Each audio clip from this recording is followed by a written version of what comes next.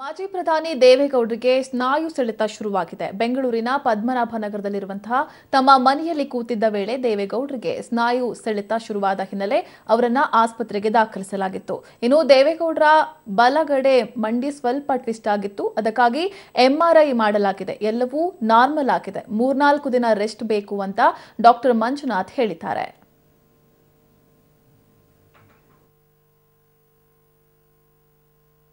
ಮಾನ್ಯ ಮಾಜಿ ಪ್ರಧಾನಮಂತ್ರಿಗಳಾದ ಡಿ ದೇವೇಗೌಡರಿಗೆ ಬೆಳಿಗ್ಗೆ ಅವರು ನ್ಯಾಚುರಲ್ ಕಾಲ್ಗೆ ಕಮೋಡ್ ಮೇಲೆ ಕೂತಿದ್ದಾಗ ಏಳುವಾಗ ಒಂಥರ ಬಲಗಡೆ ಮಂಡಿ ಸ್ವಲ್ಪ ಟ್ವಿಸ್ಟ್ ಆದಂಗೆ ಆಯ್ತಂತೆ.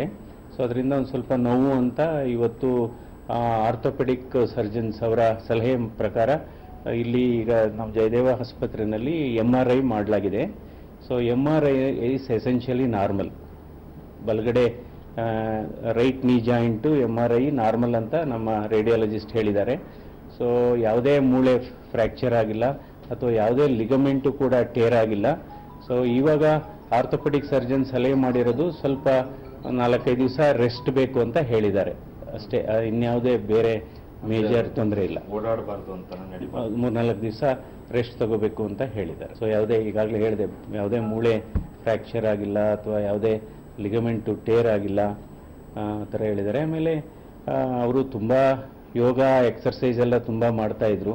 ಅದಕ್ಕೋಸ್ಕರ ಕೇವಲ ಬ್ರೀತಿಂಗ್ ಎಕ್ಸರ್ಸೈಸ್ ಮಾಡಿ ಈ ಯೋಗ ಎಕ್ಸರ್ಸೈಸು ಅಥವಾ ಈ ಕಾಲು ಸ್ಟ್ರೆಚ್ ಮಾಡೋದು, ಜಾಯಿಂಟ್ ಸ್ಟ್ರೆಚ್ ಮಾಡೋದು ಅದೆಲ್ಲ ಬೇಡ ಅಂತ ಹೇಳಿದ್ರು. Rest some small painkillers ಅಂತ ಅಷ್ಟೇ.